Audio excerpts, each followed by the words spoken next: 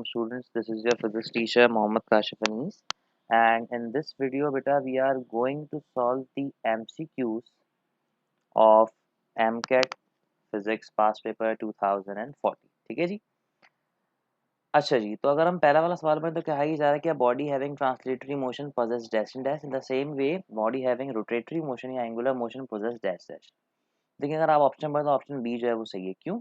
क्योंकि हम ये बात जो है जानते हैं कि हमारे पास जब भी कोई बॉडी स्ट्रेट मूव करती है उसके पास वेलोसिटी होती है, मोमेंटम होता है, नहीं कि जब वो रोटेट करती है तो उसके पास एंगुलर वेलोसिटी और एंगुलर मोमेंटम होता है। तो option B is the right answer बच्चों। When a body moves in the direction of gravitational field towards the earth, the work done by the force of gravity, and when it's move against the earth, लेकिन जब towards आती है तो work को positive लिया जाता है, जब अगेंस्ट जाती है तो वर्क को नेगेटिव लिया जाता है। Getting my point students? तो देखिए मैं इसकी सिंपल सी आपको लॉजिक बताता हूँ कि work is equals to F D cos theta होता है। ठीक है, अब फॉर एग्जांपल ये अर्थ है और ये बॉडी है। अब जब ये ऊपर की तरफ जाएगी तो ये ऊपर की तरफ डिस्टेंस कवर करेगी, इसमें जो वेट होगा वो नीचे की तरफ एक्ट करेगा, तो 180 का डिस्टेंस आएगा, तो अगेंस्ट जा रही है। ये जब ये नीचे की तरफ आएगी तो वेट भी नीचे होगा और डिस्टेंस भी जो है नीचे कवर होगा, तो 0 डिग्री आएगा, तो वो पॉजिटिव आ जाएगा। ठीक बात है। तो पहले वाले का जब टुवर्ड्स है तो पॉजिटिव और दूसरे वाले का नेगेटिव। ठीक है।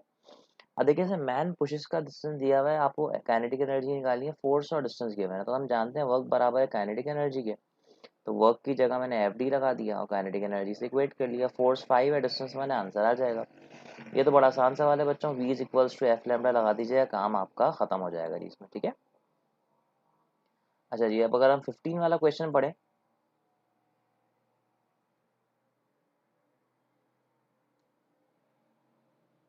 हाँ जी, तो अगर हम 15 वाला क्वेश्चन पढ़े तो उसमें कह रहे हैं कौन सा ऐसा वर्क की एग्जांपल है इसमें वर्क डन 0 है। तो देखें इसमें तो इसने होल्ड करा हुआ है, डिस्टेंस कवर नहीं हुआ तो वर्क 0 है। यहाँ पर एक लेवल रोड पे चल रहा है वर्क को कैरी करते हुए, यानी कि ये इस तरफ डिस्टेंस कवर कर रहा है, वर्क को कैरी कर रहा है, वेट को कैरी कर रहा है, यानी कि वेट की जो डायरेक्शन है वो ये है, तो 90 डिग्री बन रहा है तो भी वर्क 0 हो जाएगा। और जब भी कोई बॉडी सर्कुलर पाथ पे मूव करती है तो फोर्स नीचे जो लगती है सेंटर की तरफ, वो सेंट्रीपिटल फोर्स होती है जो कि परपेंडिकुलरली एक्ट करती है, तो उसके लिए वर्क 0 हो जाएगा। तो इसका मतलब तीनों एग्जाम्पल्स में वर्क 0 है, तो आंसर ये हो जाएगा बच्चों। ठीक है। अगले वाले सवाल में सिर्फ कैलकुलेशन वाली कहानी है। आपको इसमें क्या गिवन है? डिस्टेंस गिवन है, काइनेटिक मास गिवन, और आपको काइनेटिक एनर्जी निकालनी है, तो आपको फॉर्मूला लगाना पड़ेगा हाफ एम वी स्क्वायर, और आखिर में जो आंसर है उसको डिवाइड करेंगे 1 पॉइंट से एक्सपोनेंशियल -19 से, ताकि आपका आंसर इलेक्ट्रॉन वोल्ट्स में आ जाए। ठीक है जी, बाकी सब चीज़ें यहाँ पे गिवन है। अब जो अगला सवाल है, अगर आप अगले सवाल को देखें तो उसमें कहा ये जा रहा है कि एक स्टूडेंट को एक सिस्टम बनाना है, स्प्रिंग मास सिस्टम बनाना है, और उसका टाइम पीरियड सबसे शॉर्टेस्ट रखना है। तो देखिए स्प्रिंग मास सिस्टम का जो टाइम पीरियड होता है वो होता है 2π√m/k। अगर उसको टाइम पीरियड शॉर्टेस्ट चाहिए तो उसको मास कम करना पड़ेगा और के ज़्यादा करना पड़ेगा, क्योंकि टाइम का के से इन्वर्स रिलेशन है और मास से डायरेक्ट रिलेशन है। देखिए मास वो कौन सा रखेगा? m2 रखेगा, क्योंकि m1 जो है वो डबल है m2 का, लेकिन m2 का m1 का हाफ होगा, और k1 जो है वो डबल है k2 का, तो k2 k1 का हाफ होगा। ठीक है। तो k1 रखेगा वो किसको? इसको, और m2 रखेगा इसको, तो k2 ये होगा और m2 जो है ये होगा, तो डी ऑप्शन जो है वो सही है। सही है जी, समझ में आ रही बात? अब ये जो माइक्रोस्कोप वाला सवाल है बच्चों, इसमें आपको लेंथ निकालनी है, और length of micro simple compound microscope का फॉर्मूला होता है क्यू नॉट प्लस पी। अब मैं हमेशा बच्चों से कहता हूँ पी को निगलेक्ट करें, खाली क्यू नॉट निकालें। क्यू नॉट कहाँ से निकालेंगे? 1/f0 is equal to 1/p0 plus 1/q0। अब देखिए जो एफ नॉट है वो ये गिवन है, पी नॉट जो है जी वो ये गिवन है। आपको सॉल्व करेंगे 200 के आसपास आंसर आएगा, और आंसर देखते ही आप उस पर टिक कर सकते हैं। ठीक है, तो बिला वजह पी को निकालने में टाइम वेस्ट मत कीजिएगा। Light can be polarise by which of the following method? देखिए पोलराइजेशन का मतलब होता है लाइट की इंटेंसिटी को कम करना, तो रिफ्लेक्शन से भी कम होती है, डबल रिफ्लेक्शन से भी होती है, स्कैटरिंग से भी होती है। स्कैटरिंग यानी कि डिस्पर्जन, तो तीनों ऑप्शन सही है। इस वाले सवाल में आपको चेंज इन लेंथ निकालनी है। इनिशियल लेंथ गिवन है, अल्फा गिवन है, तो फॉर्मूला रहेगा delta L is equals to L naught alpha delta T.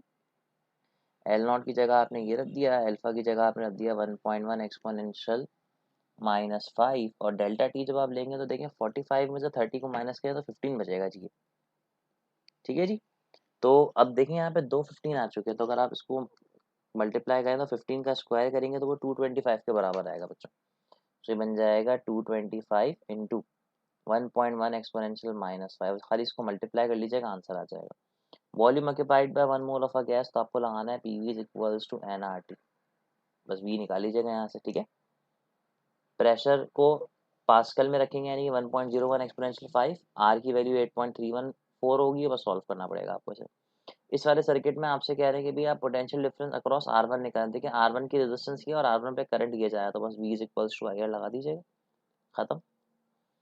Germanium and silicon इनकी जो आउटर मोस्ट शेल में कितने इलेक्ट्रॉन होते हैं? 4 होते हैं, ग्रुप 4 के एलिमेंट है। अगला जो 24 वाला सवाल है, इसमें आपसे कह रहे हैं सेल्फ इंडक्शन निकालो, वोल्टेज वगैरह गिवन है। सेल्फ इंडक्शन देखते ही मेरे दिमाग में आ गया कि भाई मैं ये वाला फॉर्मूला जो है लगाऊंगा, और इसमें से अगर मैं एल निकालूं तो ये बन जाएगा zeta T upon delta I. सारी वैल्यूज गिवन है, पुट करेंगे, सॉल्व करेंगे, आंसर आएगा। The phenomena in which certain metal emits electron when exposed to high frequency light is called photoelectric effect. Simple है। अगले वाले सवाल में आपको वैल्यू ऑफ सीरीज रेजिस्टेंस निकालनी है। इसका मतलब वोल्ट मीटर का सवाल है, तो वोल्ट मीटर के सवाल में हमें मल्टीप्लाइड निकालना होता है। फॉर्मूला होता है V upon I G minus R G. तो देखिए वी आपको जो है ये गिवन है, ये आपको गिवन है आर जी, और ये आपको गिवन है आई जी। पर सॉल्व करेंगे, ये वाला आंसर जो है बनेगा। सोडियम का जो होता है वो नंबर देख लें, 11 और 23 होता है, खत्म। Atomic spectra deals with the measurement of intensity of radiation. ये सब का अगर देखा जाए तो एटॉमिक स्पेक्ट्रा से हम लोग क्या निकालते हैं? वेवलेंथ निकाल रहे होते हैं बच्चों, ठीक है जी। अब ये जो है ये स्पेक्ट्रल एनालिसिस कहलाता है। ये हमारे बुक में तो सवाल नहीं है, या ये आउट ऑफ द सवाल पूछा है, आउट ऑफ द कोर्स। लेकिन ये हमें पता है कि भाई जब भी हम लाइट पास करते हैं तो हम उससे इंटेंसिटीज वगैरह का अंदाजा लगा लेते हैं बच्चों। How much energy is dissipated in 20 seconds by this resistor carries a current of this. तो देखें इसमें एनर्जी निकालने की नहीं है, आपको पावर वाले फॉर्मूले लगाने पड़ेंगे। अब रेजिस्टेंस और करंट गिवन है, तो पावर का फॉर्मूला होता था आई स्क्वायर आर, बट टी से मल्टीप्लाई करते हैं, एनर्जी आ जाएगी आगे बाद। अब ये जो सवाल है, इससे बच्चे बड़े कंफ्यूज होते हैं। इसमें क्या ही है ना कि एक बड़ा पॉजिटिव चार्ज है, उसके सामने छोटा पॉजिटिव चार्ज है, तो ये इसको रिपेल करेगा, तो ये इसकी वेलोसिटी होगी। अच्छा, लेकिन एक बात आप जानते हैं, जैसे जैसे ये दूर जाता जाएगा, हमें पता है कि जो हमारी फोर्स होती है उसका डिस्टेंस से इन्वर्स रिलेशन है। तो दूर जाते हुए इस पे फोर्स की वैल्यू जो है वो कम हो जाएगी। तो जब फोर्स की वैल्यू कम होगी तो एक्सेलरेशन भी कम होना शुरू हो जाएगी। तो एक्सेलरेशन जब कम होगी तो वो अपोजिट डायरेक्शन में आ जाएगी। तो देखें velocity increasing but acceleration decreasing. तो increasing velocity and decreasing acceleration. Getting my point students? उस तरीके से आप इसको सॉल्व कर सकते हैं।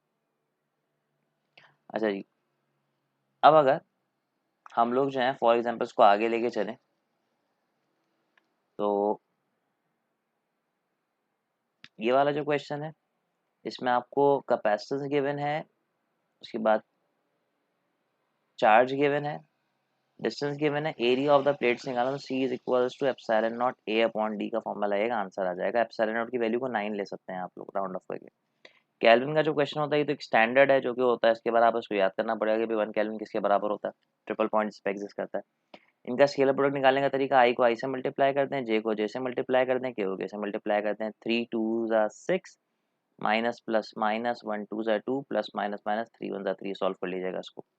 अब इसमें जो है कहा ही जा रहा है कि एक क्लिफ है, a rock is thrown straight from a 3 meter cliff rising upward। ये 30 मीटर्स है, वो 10 मीटर ऊपर गया, 10 मीटर के बाद वो फिर नीचे आ गया, ठीक है।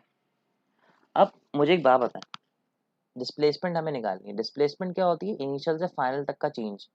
तो ये आपकी डिस्प्लेसमेंट है बच्चों। अब देखिए यहाँ ये भी 10 था तो ये भी 10 होगा, और ये पूरा कितना था? 30। आ रही है बात समझ में? क्लियर है? तो अब अगर आप लोग देखें तो इसमें असल में हो क्या रहा है, ये प्लस का 10 और ये माइनस का 10 खत्म। असल में ये माइनस का 30 है जो उसने एक्स्ट्रा कवर किया, लेकिन जो माइनस का 30 होगा ये ऊपर की तरफ नहीं होगा, ये डाउनवर्ड्स की तरफ होगा। तो आंसर आ जाएगा ये। इसका एक आसान तरीका ये 10 10 माइनस 10 माइनस 10 माइनस 30 भी कर सकते हैं आप, तो कैंसिल हो जाएगा, आंसर ये आ जाएगा, ठीक है जी। अब ये जो सवाल है इसमें कहा ही जा रहा है कि भाई एक स्टोन है, उसको एक हाइट से फेंका, जब वो नीचे की तरफ आया तो उसको गिरने में 5 सेकंड लगे। उसको दोबारा से फेंका और फिर रोक दिया 3 सेकंड बाद, फिर उसको दोबारा से फेंका। अब जो रिमेनिंग हाइट है उसको कवर करने में उसे कितना टाइम लगेगा वो निकालना है। अब बहुत से बच्चों के दिमाग में आता है कि भाई सर 5 में से 3 को माइनस कर 2 लगेगा, लेकिन ऐसा नहीं है। जब वो ज़्यादा हाइट से गिरेगा तो वो जल्दी पहुंचेगा, क्योंकि उसको अपनी स्पीड तेज करने का मौका जल्दी ज़्यादा मिल रहा है। लेकिन यहाँ पर उसको अपनी स्पीड तेज करने का मौका नहीं मिलेगा, तो ये वाला टाइम इससे भी ज़्यादा आएगा, सॉरी इससे भी ज़्यादा आएगा। वो कितना आएगा इसको निकालने का तरीका होता है, इसको मैं कहता हूँ time of the remaining height. इसको मैं केस बनाया था, इसको मैं कहता हूँ भाई time of the remaining height. तो उसका एक शॉर्टकट है कि भाई आप पहले वाले टाइम के स्क्वायर करके दूसरे वाले टाइम के स्क्वायर से माइनस करके रूट लेना, आंसर आ जाएगा। पहले वाला टाइम कितना था? 5 5 का स्क्वायर 25, दूसरा वाला टाइम कितना था? 3 3 का स्क्वायर 9। सॉल्व करेंगे तो ये क्या आ जाएगा? ये आ जाएगा बच्चों 16, और 16 का रूट निकालोगे तो आंसर आ जाएगा 4 सेकेंड। खत्म, टिक कर दीजिएगा। अब ये वाला सवाल क्या है कि भाई मून है, एक ऑर्बिट है, a moon of mass M orbits a planet of mass this. ये प्लैनेट है, और ये मून है, ऑर्बिट कर रहा है, तो ये इस पे फोर्स लगाएगा, ये इस पे फोर्स लगाएगा, दोनों इक्वल होंगी, मास से कोई फर्क नहीं पड़ता। अच्छा जी, अगर which of the following statement is true concerning the motion of an ideal projectile launched at an angle of 45 degree? The acceleration vector opposite to the velocity on the way up। अच्छा जी, कह रहे हैं कौन सा जो है सही है। दूसरा पढ़ते हैं, the speed of at the top of the projectile है जीरो, नहीं जीरो तो नहीं होती है, एक कॉम्पोनेंट जीरो होता है खाली, लेकिन हॉरिजॉन्टल तो एग्जिस्ट करता है। The objects total speed remain constant through the entire journey, ऐसा भी नहीं है। द हॉरिजॉन्टल स्पीड डिक्रीजेस, नहीं है तो गलत है। The vertical speed decreases upward and increases on the way down, ये सही है। जब आप ऊपर जाते हैं तो ऊपर जाते हुए आपकी जो वर्टिकल स्पीड है वो कम होते होते जीरो होती है, फिर नीचे आते हुए हल्की हल्की बढ़ती रहती है। ऑप्शन ये वाला जो है वो बिल्कुल सही है। ये तो आसान सवाल है जी, इसमें football rest on the ground है, आपको टोटल टाइम ऑफ फ्लाइट निकालना है, फॉर्मूला लग जाएगा t is equals to 2v0 sine theta upon, जिसकी पहचान जी जो मैं बच्चों को पढ़ाता हूँ बताता हूँ कि भाई जब भी वेलोसिटी और एंगल गिवन हो समझ जाएगा फुल प्रोजेक्टाइल का सवाल है, फुल प्रोजेक्टाइल के फॉर्मूले लग जाएंगे। If the diameter of the earth becomes 4 times of its present value and its mass remain unchanged, then what will be the weight of an object on the surface? जितने times gravity बढ़ती है उतने times wait भी बढ़ जाता है। तो देखें ग्रेविटी का फॉर्मूला होता है G M E upon R E square. अब आप तो बोल रहे हैं सर डायमीटर का जिक्र है, तो बेटा एक बात याद रखें, कहा ही जा रहा है जो नया डायमीटर है वो पुराने डायमीटर का डबल है। तो इसकी जगह पे ट्वाइस ऑफ आर डैश लिख देता हूँ, ये टू ऐसे ही आ जाएगा, उसकी जगह पे ट्वाइस ऑफ पुराना रेडियस लिख देता हूँ, टू से टू कैंसिल। तो देखें जो रिलेशन डायमीटर्स में था वही रिलेशन रेडियस में भी आ गया ना। तो रेडियस को अगर मैं डबल कर दूं तो डबल का स्क्वायर 4 हो जाएगा, तो जो नई ग्रेविटी है वो पुरानी ग्रेविटी का 1/4 हो जाएगी, तो आंसर आ जाएगा बिकम्स 1/4। तो ग्रेविटी 1/4 होगी तो वेट भी 1/4 हो जाएगा। तो डायमीटर और रेडियस में मत परेशान होइएगा, जो रिलेशन डायमीटर का होगा वही रेडियस का भी होगा बच्चों, ठीक है जी। Thank you very much, do subscribe my channel. Allah Hafiz.